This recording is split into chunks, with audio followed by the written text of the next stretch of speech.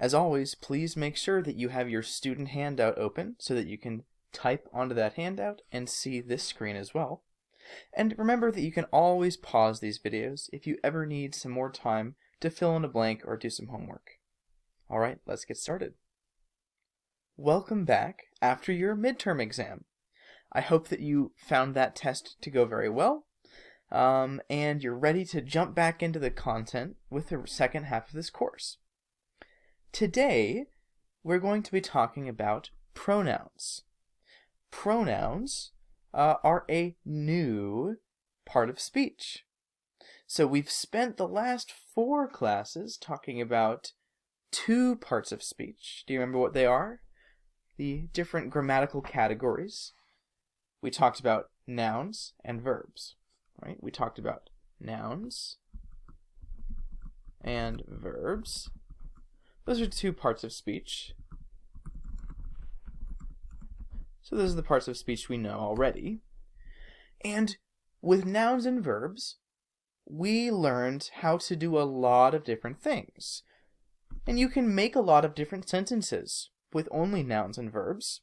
So, a sentence like, Sam eats apples, right? Sam eats apples. This sentence has nouns and verbs, right? We could say Sam is eating apples. Sam is eating apples. And you would know exactly what all of these words are doing. We can talk about what the nouns are. We can talk about the tense of the verb. But there's much more to language than just nouns and verbs. What if I want to say something like this? Sam is eating apples. He likes them. Sam is eating apples. He likes them. Well, we have another verb in this second sentence, right? But are these nouns? These words, he and them, are they nouns? Well, they look like nouns, and you've seen them before, but they're actually not nouns. These are pronouns. And that is the topic of today's class. So he and them, from this example, are pronouns, and this is the 3rd part of speech that we will be learning. So what is a pronoun? What is a pronoun?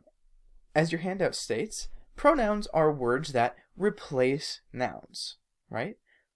Pronouns are words that replace nouns. We use them, those are both pronouns, we and them. We use them when a noun has already been identified, and so we don't have to keep repeating the same noun over and over and over, right? If I've talked about the apples before, I can then say them or they, right? Instead of saying apples, apples, apples all the time. So we use pronouns without even thinking about it all the time. A fun exercise is to see if it's possible to speak without using pronouns.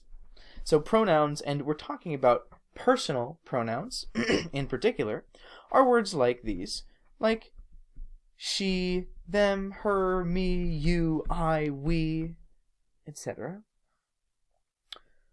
These are pronouns. These are personal pronouns. And a fun exercise is to see if it's possible not to use them when we speak. Okay, so that means Sam cannot say I, because I is a pronoun. So Sam will not say that word.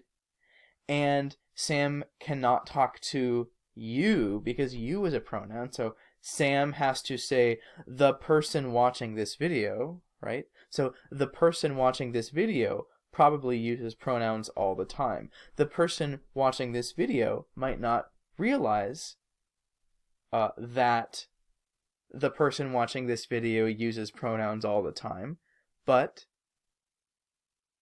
the person watching this video probably does, right? It's very hard. Oh, there was another one, it, right? So it's impossible, actually, to avoid using any pronouns. What I wanted to say there was, you might not realize it. You may not realize that you use pronouns all the time, but you do.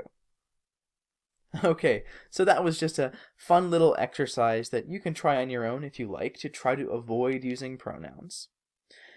And the point is, pronouns are words that replace nouns, right?